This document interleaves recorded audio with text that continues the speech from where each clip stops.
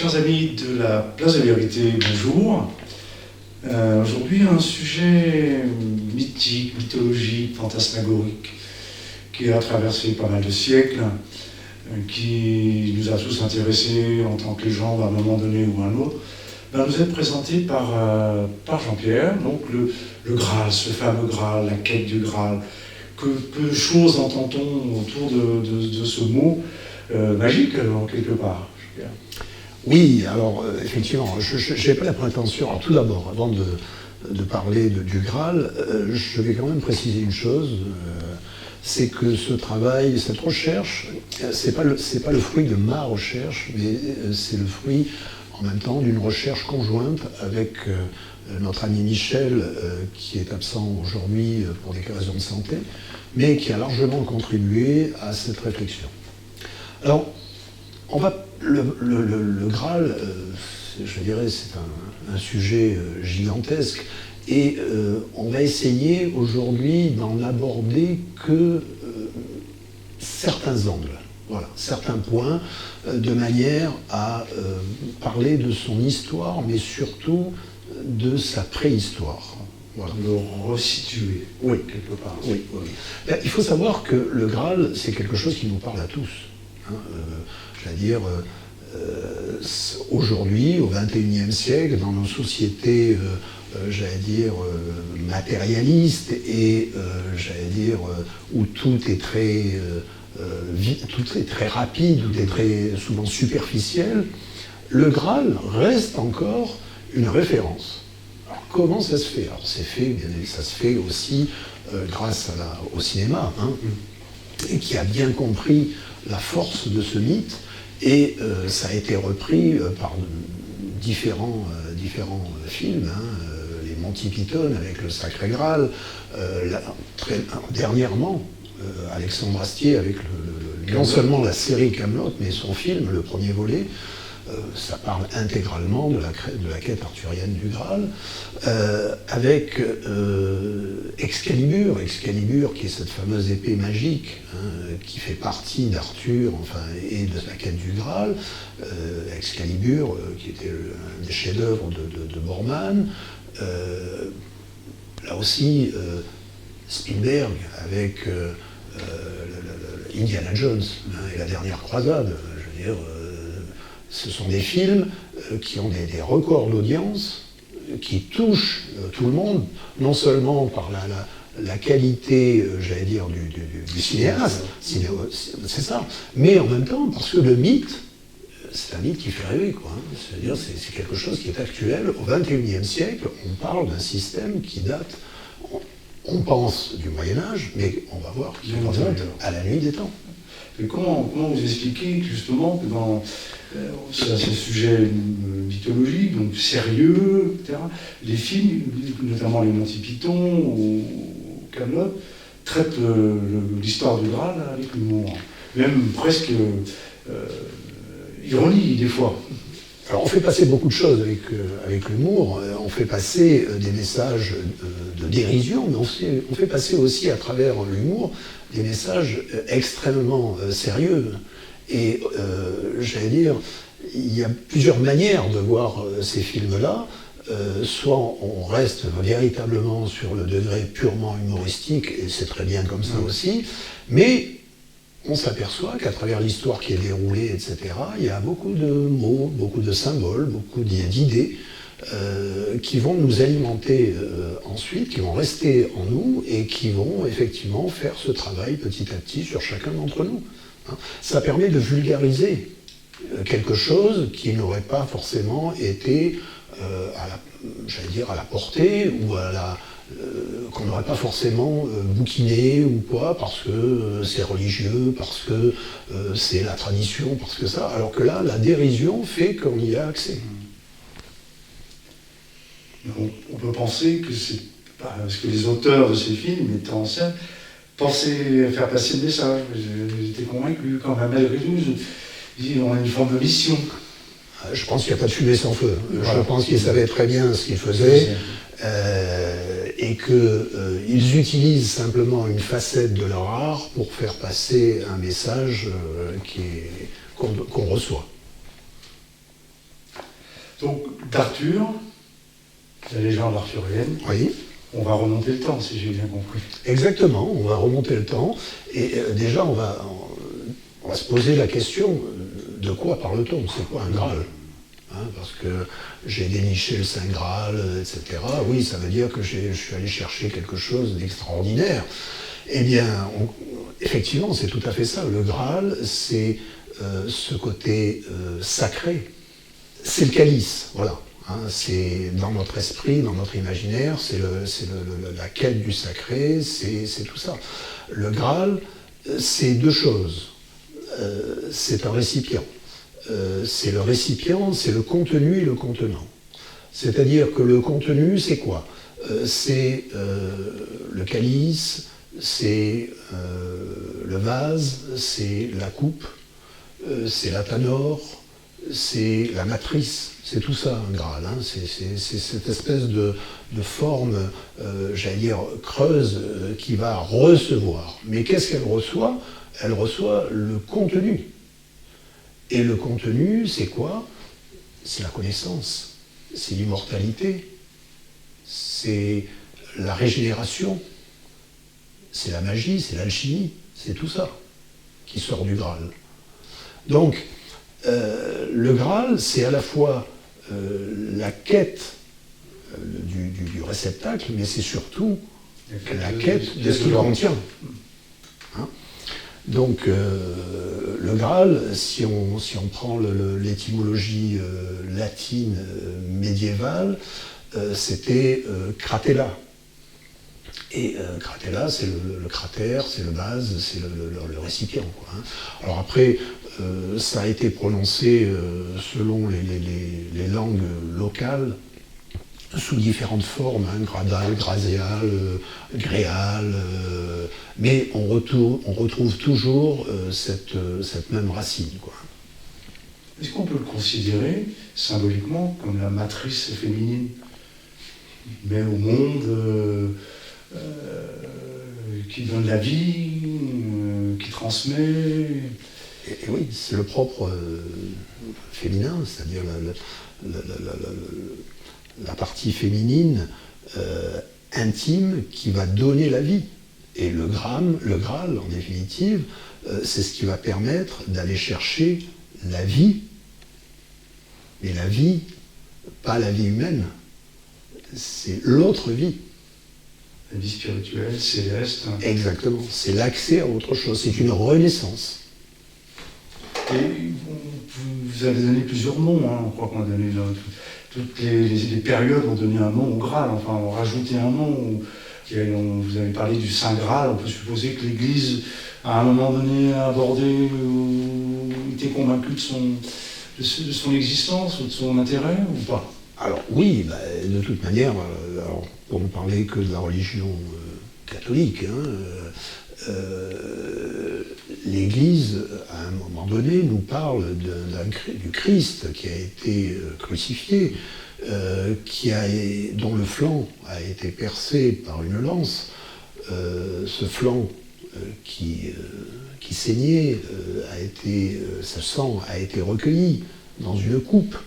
Alors on ne va pas refaire toute l'histoire de la crucifixion du Christ, mais effectivement, on parle du même thème, j'allais dire, parce que la tradition et la tradition primordiale véhiculent des thèmes et des idées qui sont reprises à différents moments par les religions, par les cultes. Alors il y a eu des cultes païens, il y a eu des religions qui ont repris tout ça. Et j'allais dire, aujourd'hui, l'Église catholique encore, le calice,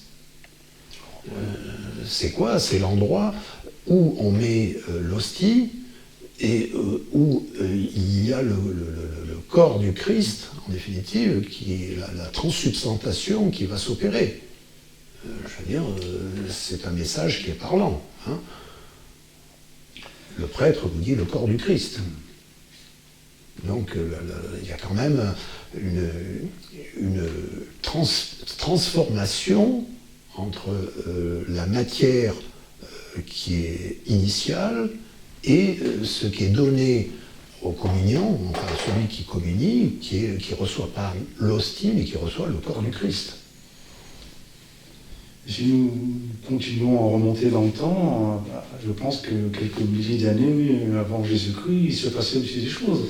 Oui, alors il se passait beaucoup de choses même, effectivement, et c'est là que je voudrais insister sur la notion de préhistoire du Graal.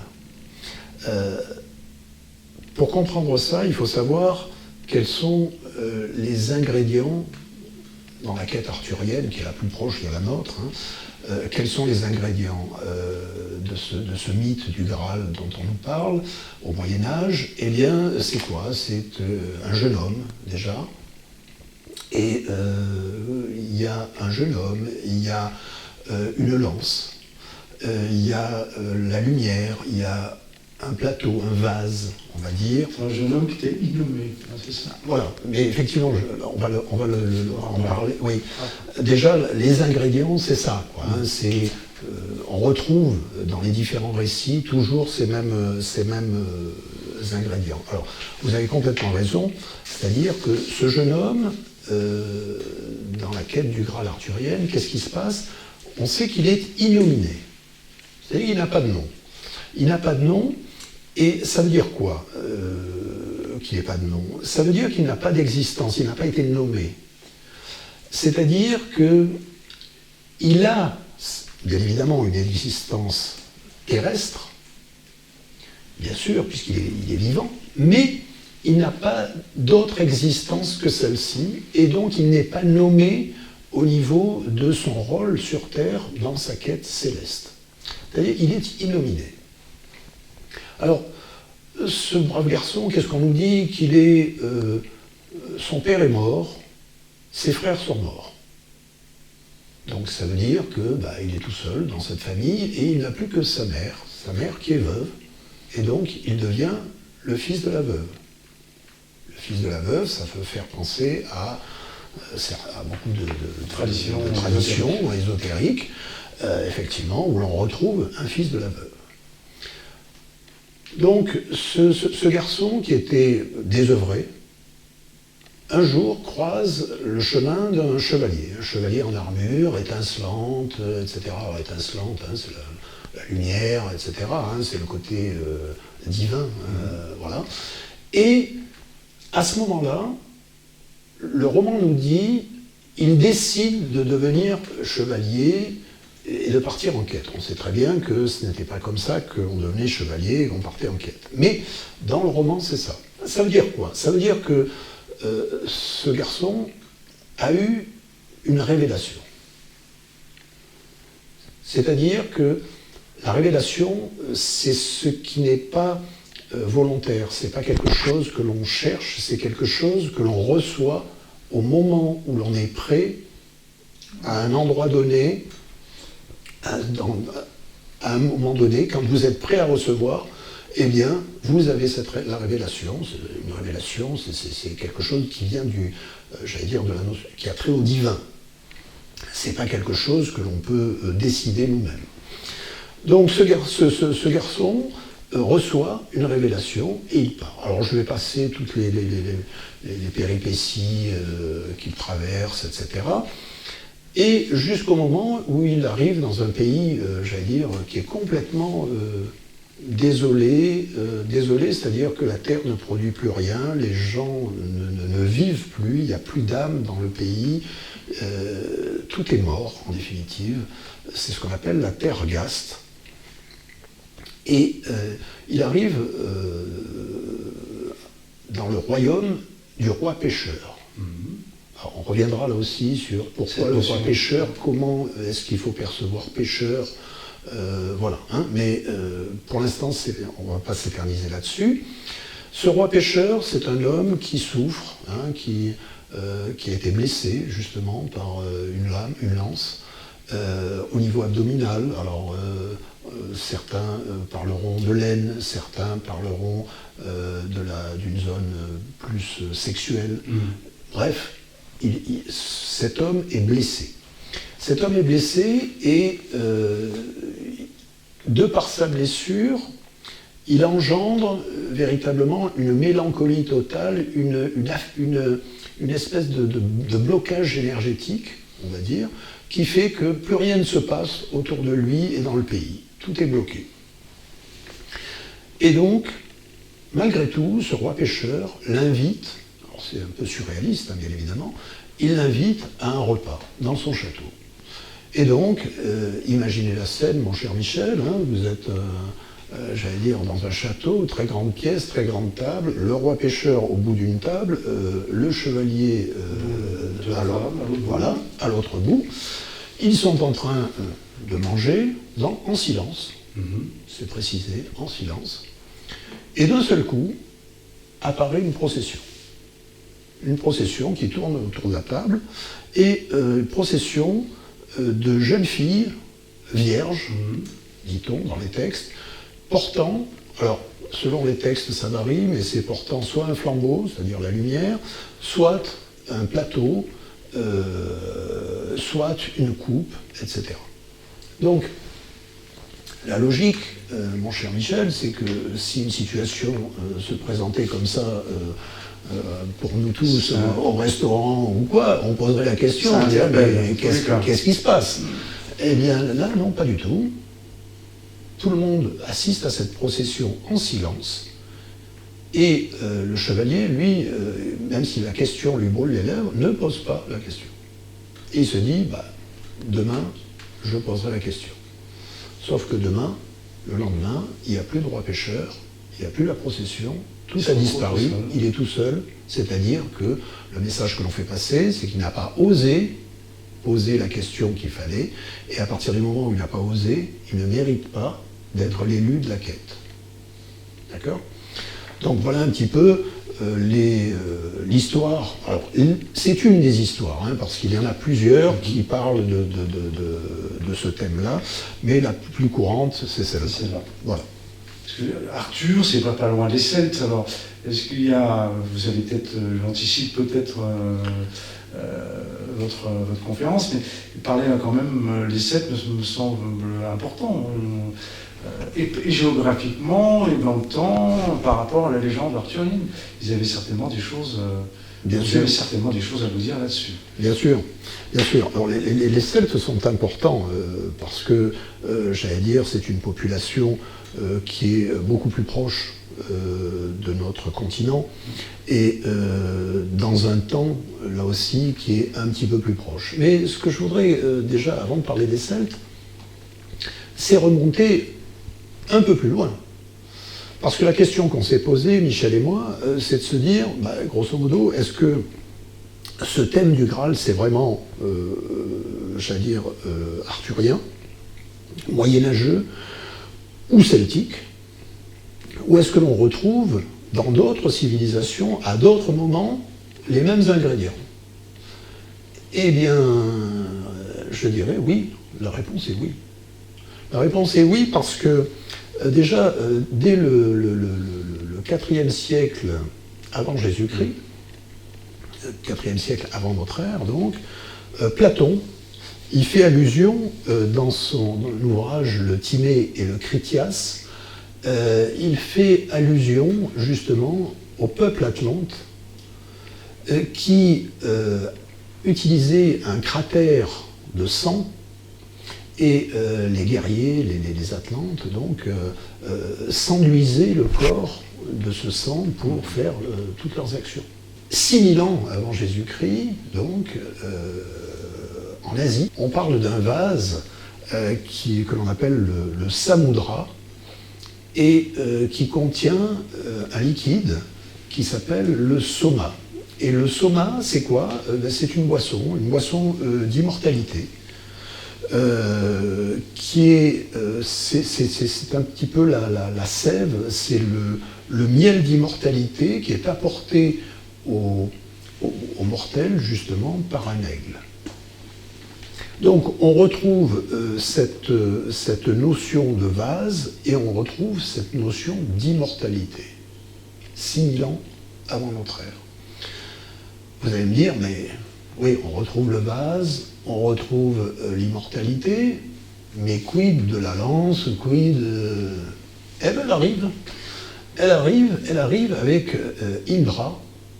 Indra, c'est le dieu le roi des dieux hein, dans la mythologie védique. Ce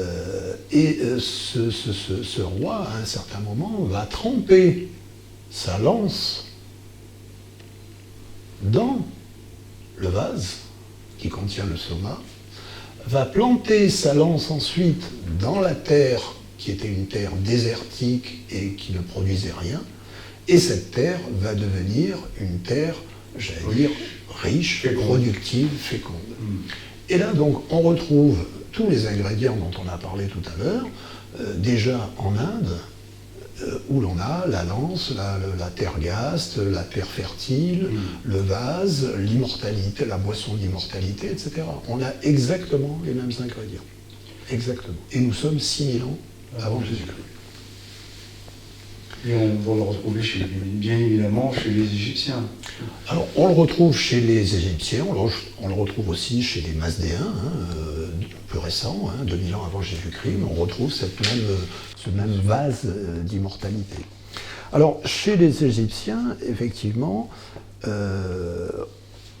on a des peintures à Dendera, justement, qui illustrent un petit peu ces propos. Alors, on a une première peinture qui représente donc Osiris avec une lance dirigée vers sa bouche.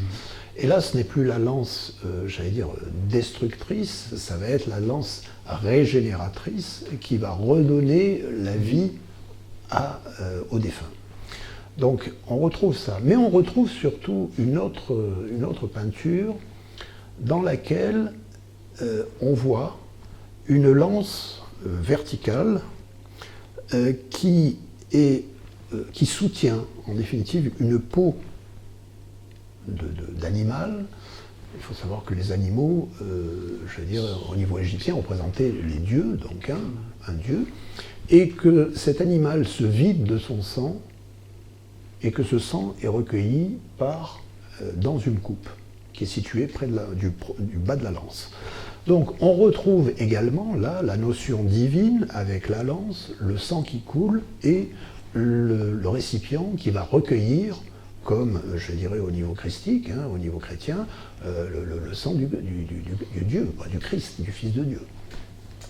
Tout à l'heure, vous m'avez posé la question sur les Celtes. On peut parler effectivement du rapport entre les Celtes et, j'allais dire, le mythe arthurien. Alors là, on est beaucoup plus proche, déjà, et on retrouve ça dans les récits qu'on appelle les Mabinogions.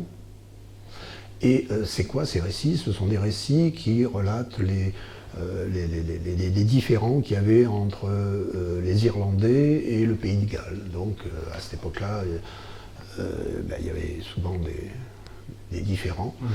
Et il y avait à la fois dans ces récits le récit du combat, mais il y avait aussi le côté, j'allais dire, surréaliste, le côté sacré, le côté qui revenait en même temps dans ces combats. Et c'est illustré notamment à travers l'histoire de ce fameux chaudron, le chaudron qui ressuscite les guerriers morts, et ce chaudron de Gundestrop, que l'on appelle,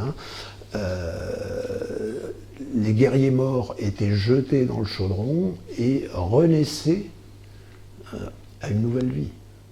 Alors, bien évidemment, là aussi, il faut se poser la question, c'est de l'immortalité, mais l'immortalité au niveau d'un autre plan. L'humain, lui, était mort, effectivement, mais il renaissait dans un autre domaine, dans un autre lieu, un lieu céleste, effectivement, où il avait une deuxième vie, un peu comme le Valhalla chez les Vikings, etc. Mais attention, justement, c'était bien spécifié, il renaissait muet. Donc oui, il n'était plus dans le monde des humains, il n'était plus dans tout ça, il renaissait muet. Le monde des dieux. Voilà. Donc, on retrouve aussi, dans ce fameux chaudron d'immortalité, l'histoire de Bran, avec la tête coupée. Alors, Bran, pour faire juste très court, sachez qu'il était détenteur de ce chaudron d'immortalité. Bran, c'était un géant, hein. Et il avait une sœur, donc cette sœur va se marier. Lui, donc comme cadeau de mariage, offre ce chaudron d'immortalité à son futur beau-frère, quoi, hein.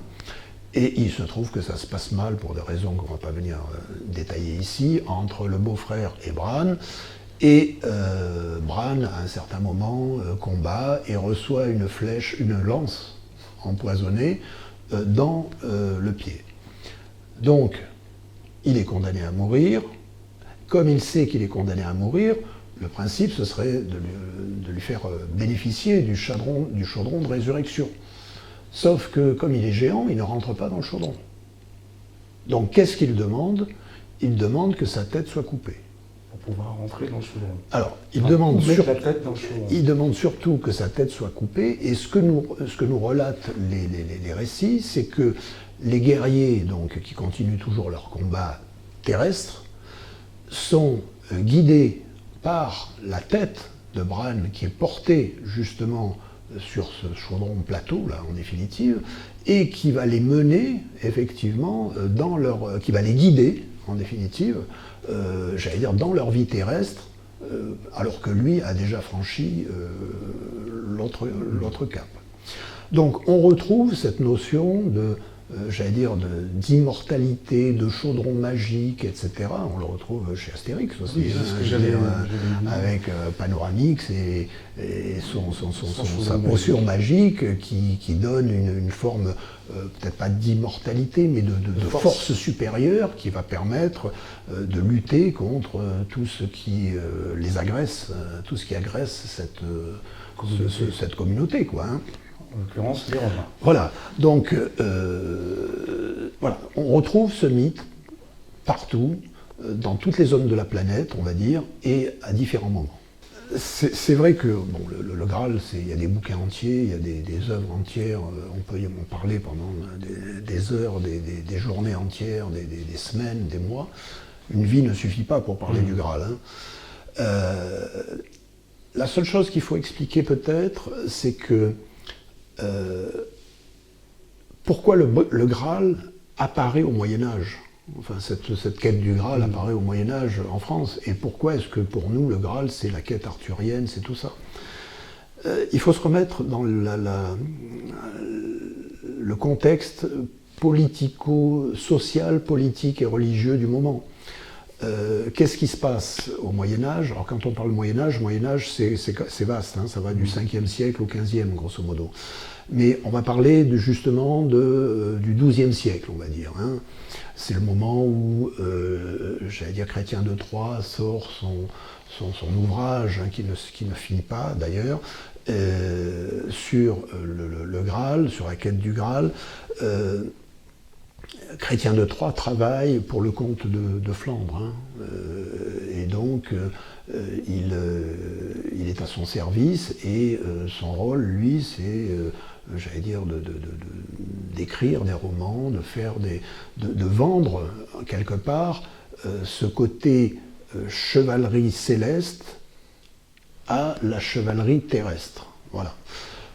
Et c'est pour ça que je dis que le contexte est extrêmement important, parce que à cette époque-là, notre rôle sur Terre était de s'assurer de la suite dans l'autre monde. Et qu'il était indispensable de faire tout ce qu'il fallait tant qu'on était humain vivant pour mériter le paradis. Voilà. Et il faut savoir qu'à cette époque-là, la religion, l'Église avait tout pouvoir. Les pouvoirs, je veux dire, ils avaient de l'argent, toute la vie sociale s'organisait autour de l'Église, autour du prêtre, autour de tout ça. Donc tout était régi par l'Église, même les rois dépendaient de l'Église. Je veux dire, c'est pas neutre. Donc, c'est l'époque des croisades. C'est l'époque des pèlerinages. Donc, on allait effectivement à travers l'amour courtois, à travers la quête, j'allais dire, du bon, du bien, du beau, etc. On allait mériter sa place dans le paradis. Voilà. Et c'est la raison pour laquelle ça a explosé à ce moment-là, parce que tout le contexte sociétal, politique et religieux portait cette chose-là. Après, bien évidemment, l'Église a quelquefois a mis une pédale plus douce sur le principe, puisque on s'est aperçu quand même que quand on recherche les choses, on s'aperçoit que ce mythe s'appuie aussi sur des mythes pré-chrétiens et orientaux. Donc, pré-chrétien oriental, c'est pas forcément ce que l'Église cherche à mettre dans son dogme. Donc, ça veut dire que ça donne naissance après à une autre phase qui est l'Inquisition, qui est la suite logique de tout ça, où on va persécuter les cathares, etc., les Templiers, etc., parce que y a des choses qu'il faut rétablir et que on préfère une philosophie plus aristoclétienne en définitive, plutôt que parler de choses qui peuvent déranger. Mais voilà, donc on pourrait en dire et en dire. Ma dernière question, c'est apparemment dans les autres périodes même indiennes, on refertilise la terre. Là, dans la légende arthurienne, non, puisqu'il n'a pas atteint, l'Innominé n'a pas atteint son but. Est-ce que, justement, ça ne lance pas la période depuis plusieurs centaines d'années où on repart en quête de quelque chose? Bien sûr, c'est une quête, c'est inachevé. C'est inachevé. Donc, le goût d'inachevé, c'est à chacun d'entre nous d'aller le chercher, d'aller l'achever, s'il est possible de l'achever. Parce que là aussi, on parle du céleste, on parle du divin, nous sommes des humains, donc voilà, ce serait prétentieux que de dire on va accéder au divin. Mais déjà, peut-être que simplement, la notion de prise de conscience fait partie de la révélation. Et à partir du moment où on commence à avoir une prise de conscience et une révélation, on est peut-être sur le chemin. Finira-t-on la quête? Il faudra peut-être passer de l'autre côté pour le savoir. On va attendre encore un petit peu. On a beaucoup de vidéos à tourner, Jean-Pierre. Tout à fait. Voilà. On va passer de l'autre côté.